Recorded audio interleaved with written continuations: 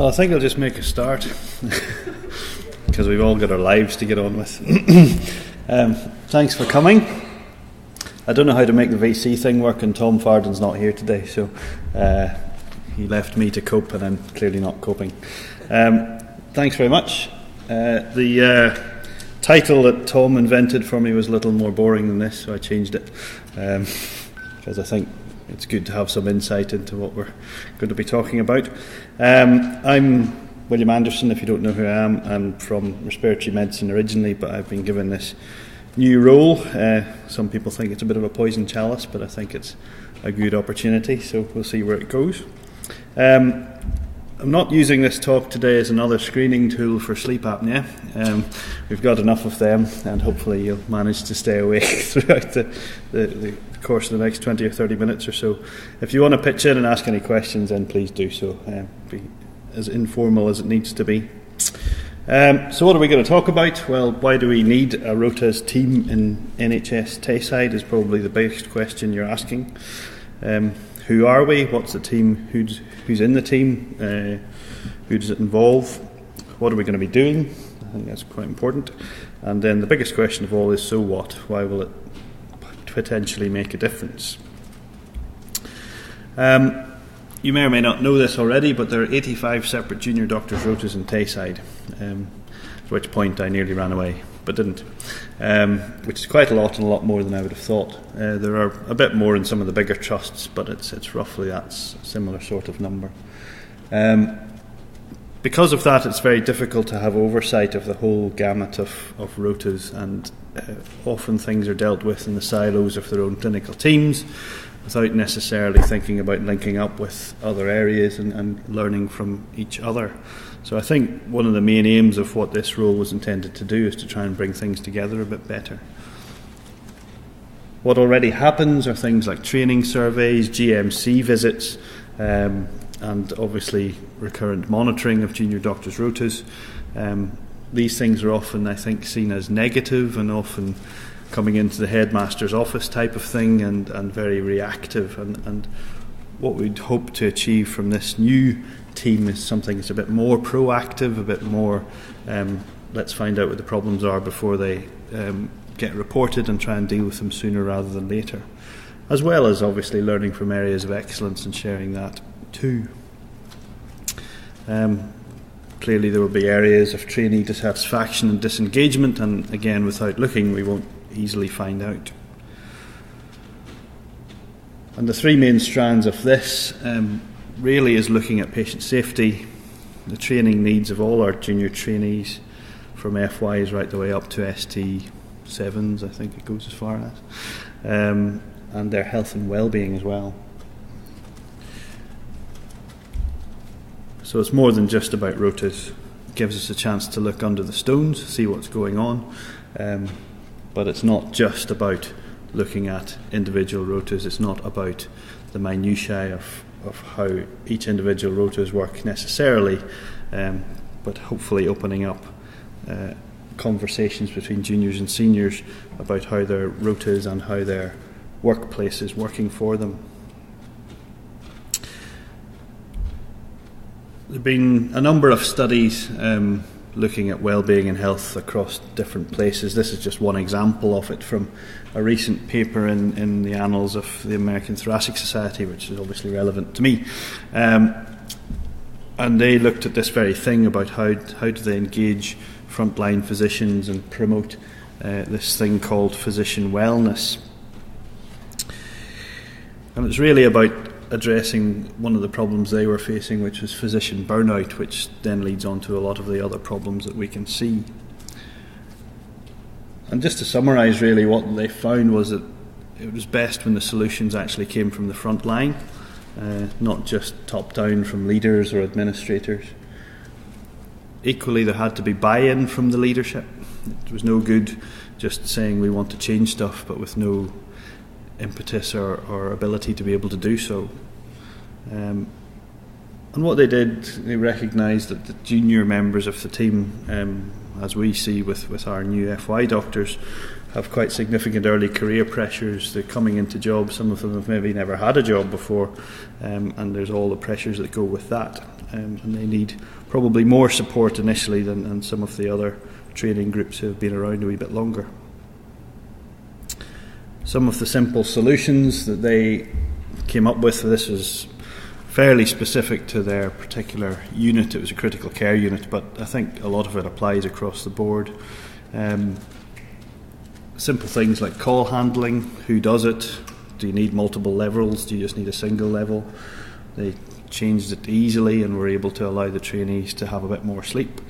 They looked at solutions for having a relief valve whenever there's significant surges in clinical activity. They introduced support fora, or forums, I never quite know what the plural of that is, and regular social gatherings just to get together and to keep people going. And one of the funniest things was that they introduced an on-site gym, and that received really quite significant positive feedback, and I can imagine if we had a gym at Ninewells it would be probably fairly well used. This is just a screenshot of some of the table, and you can read it for yourself, but they looked at all of these different domains, workload, meaning at work, values, etc. Looked at the things that the people at the front door were telling them were a problem, and then tried to come up with some solutions as to how to fix it. They weren't naive enough to think they could fix everything, and certainly not whenever you've got a particular financial envelope as we do, but they recognised the simple things they could fix, but had the momentum to keep going and to keep pushing on with the more difficult changes that need to be made as well. So really, what did that do for them? Well, it ultimately improved retention of staff and reduced their faculty turnover. It was a good place for them to work. They were recognised. They knew that they'd be listened to, and that they could alter their place of work.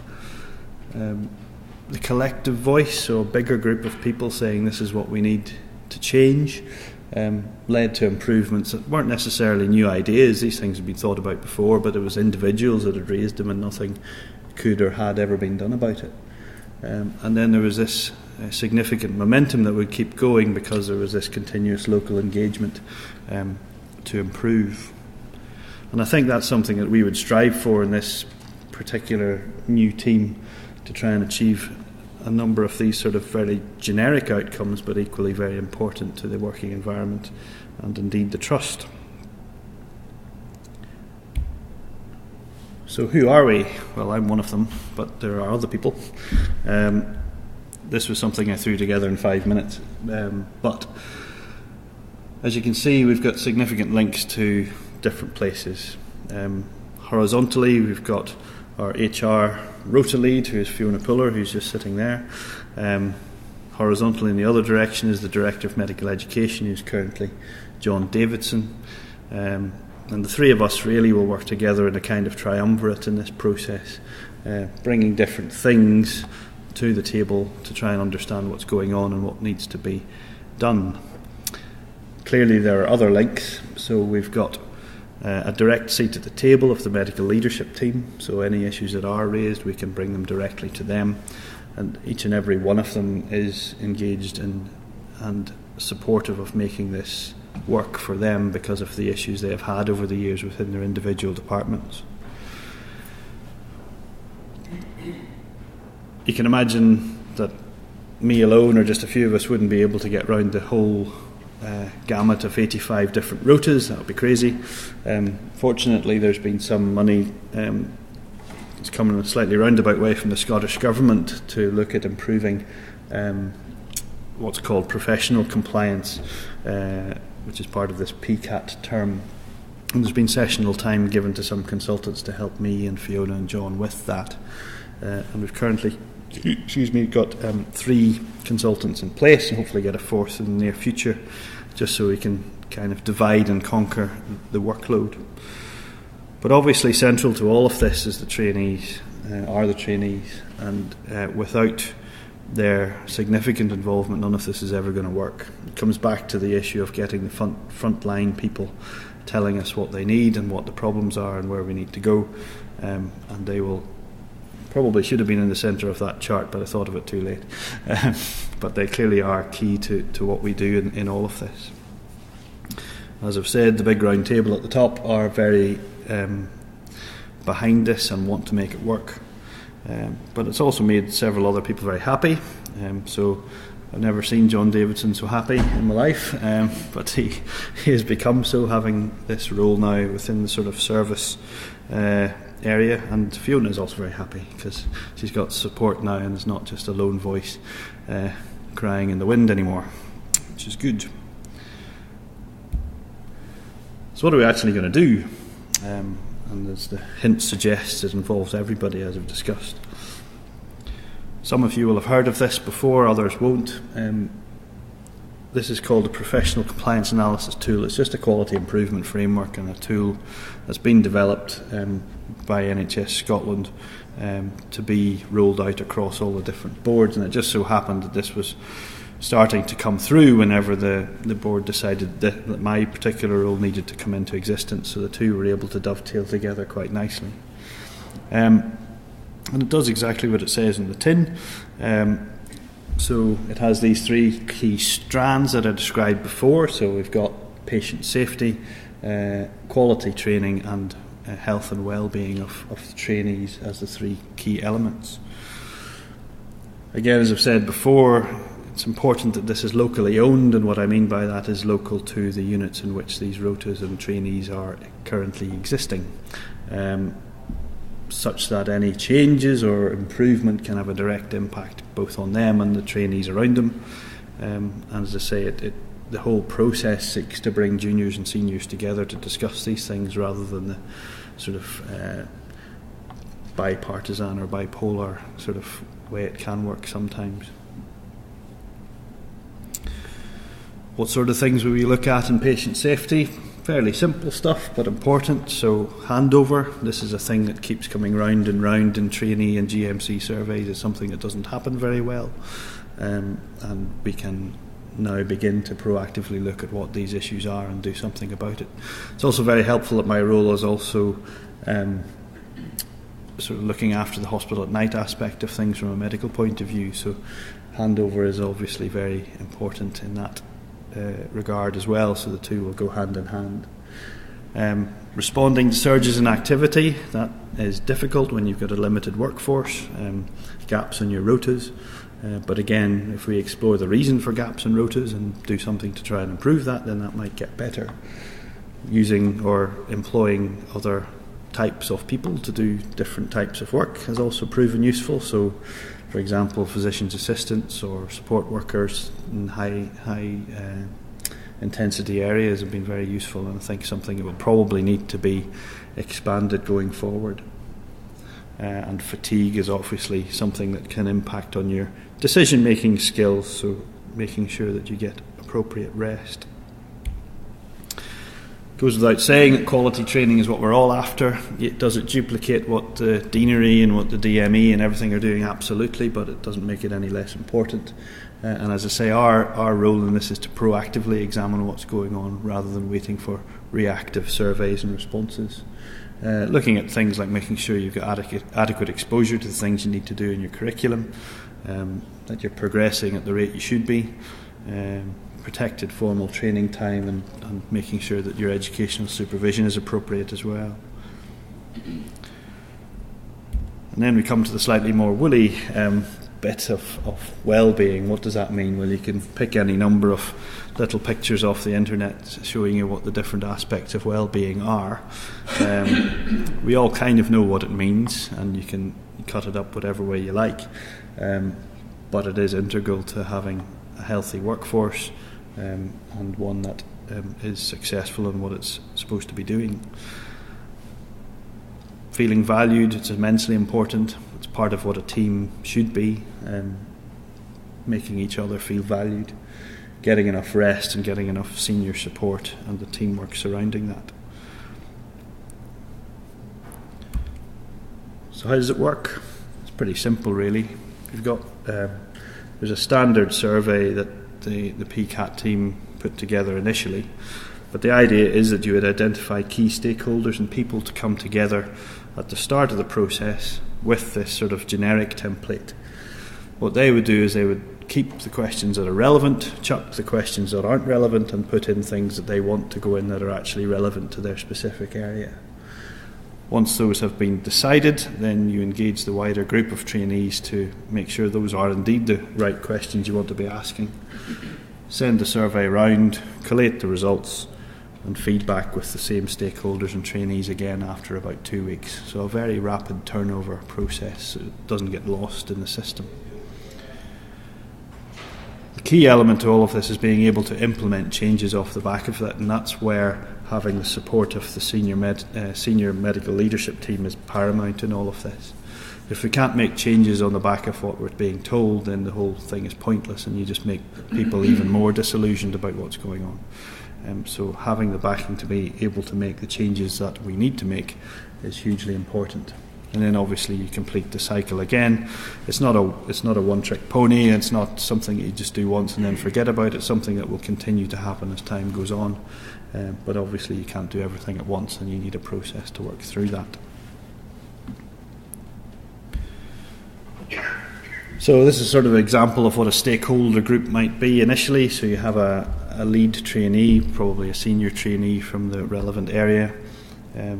You invite a clinical service lead, either clinical lead, clinical director, service manager, nursing lead into the process. And obviously you'd want an educational lead, training lead as well there. So it could be just a simple educational supervisor or a training program director, that sort of ilk. And that's the initial group that I described who would come up with the initial set of questions that would be sent around in the survey. When the survey is completed, then you get an output from it. This is just a blank example of what it might look like, but you have this sort of red, amber, green status for the various different areas so that you can target the things that you need to look at, and that will come out of the responses to the questions that are sent around. And once you get that, then you can hopefully act on things. As I said, looking back to what the American paper did, there will be simple things that we can easily change, and there will be difficult things that will take time and momentum to change. But having this team and process in place will hopefully keep that momentum going forward. So what's the point?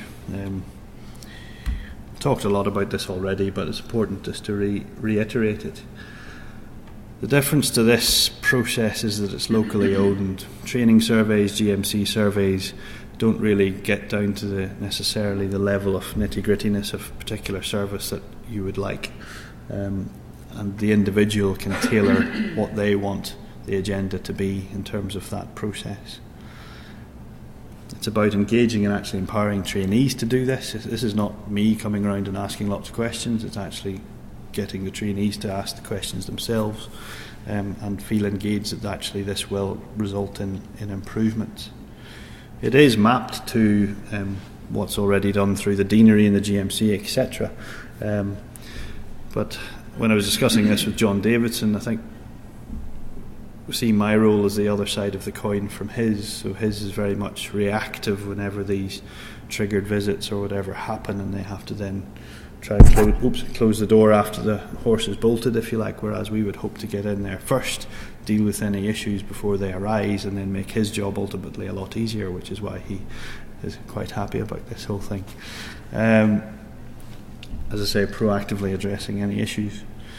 And we would hope that these are the sorts of outcomes over time that we would ultimately achieve, so improved results from national and training surveys, reducing costs, reducing sickness and absence rates, and obviously improved recruitment and retention of staff. We want people to stay here. We want people to continue to work with us, and when people don't, then you think there might be a problem. So now's the time to look. Where are we actually going to start? Well, we're going to start a bit of a programme over the next couple of months now that we've got the team in place. Harking back to what I said earlier about the junior trainees, I think that's probably the best place to start, because that's where we're going to find a lot of the issues that come through regularly through other surveys and monitoring and etc. And I think if we get that bit right, then the rest of it should hopefully flow from there. Hospital at night is clearly key to that group of people as well, so I think dovetailing that over the course of the next few months, and doing a similar sort of survey with the hospital at night team will be greatly useful. If things do get flagged up, so if there are training survey flags or otherwise, then that's the time when we probably would want to come in and start to do the process in an area that we maybe hadn't originally planned to do it, or if there are issues with compliance, etc., etc. Ultimately, we would hope to get to a stage in a well, dear knows how long, but in a year or so, where we then start to routinely roll it out across different areas, and something that seemed to be hopefully useful with positive feedback that can just gather its own momentum and keep carrying on. But this is brand new to me, this is brand new to the team, and brand new to everyone here, no doubt. So there will be a lot of learning to be had along the way, but I think if we can all support each other through it, then there's a lot to be achieved and gained.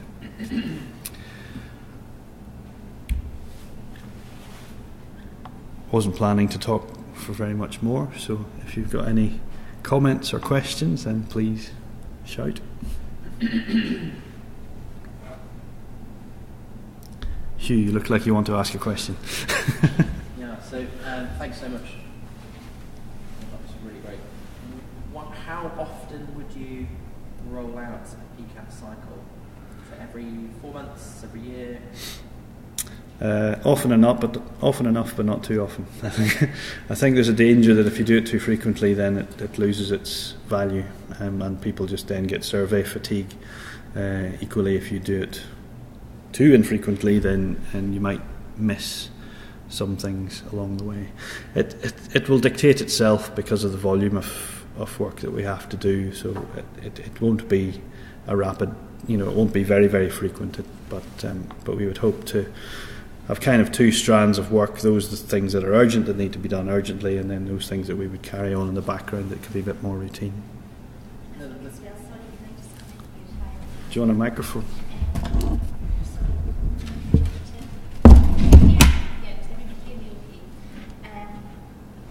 I think, as Will said, we're not going to do this too often, but it could be a case of, if a Rota is, we've gone through PCAT and it seems to be okay, the Rota perhaps not compliant, clearly there's an issue, so it could be that it's used more frequently.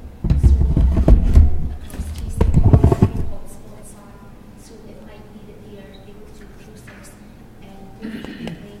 Foundation doctors, GP trainees, they move more frequently than STs, so it might be that they're targeted. But I suppose if we don't really have that, because it's all very new years. Yeah, we need to try it basically and see where we get to. So I'm just wondering how large the granules of surveying could be. If, for example, if you did all foundation doctors in medicine or surgery, or would you just do this department? You're absolutely right. So what we've decided to do first off is to do all foundation trainees in medicine, all foundation trainees in surgery, and all foundation trainees in orthopaedics, rather than individual unit rotas, because I think what we're after initially is the broad sweep of what the issues are. I think many of the issues that we come across are fairly generic, and to have enough engagement, I think you probably need to have that level too. It may come that you identify a specific area. For example, in Ward 3 might be a particular hotspot of depravity that we need to target at a later date, and we can dive as deep as we need to, or as shallow as we need to. But I think we just need to take it pragmatically to begin with, and try and do enough that answers the questions that we need to answer, and then we can find out how that's been thereafter. The other question is because we've already had lots of different types of surveys, are there any obvious recurring themes which we could already make a change about? Is there any sort of low-hanging fruit, in your opinion? Yeah, I mean, there are a few things. So obviously handover is the stuff that I've already described is an ongoing issue for various areas, and we're looking at that anyway. Communication at night time with the hospital night team. I mean, there's an electronic sort of task management system that you can it's already there. You can add on to track care. It's just we don't use it. It's simple things like that just have never had the thought to go, actually this would be really helpful and we can just use it, so why don't we? So yes, you're right, there are things that are there already that we're working in the background with, but hopefully by starting this PCAT process we'll find other things to do too. What are the forums that currently exist for changes to feedback issues? I think one of the problems is that when you've been to a pre-monitoring meeting that I deliver, you may say over and over again, monitoring should produce surprises, and yet it frequently does.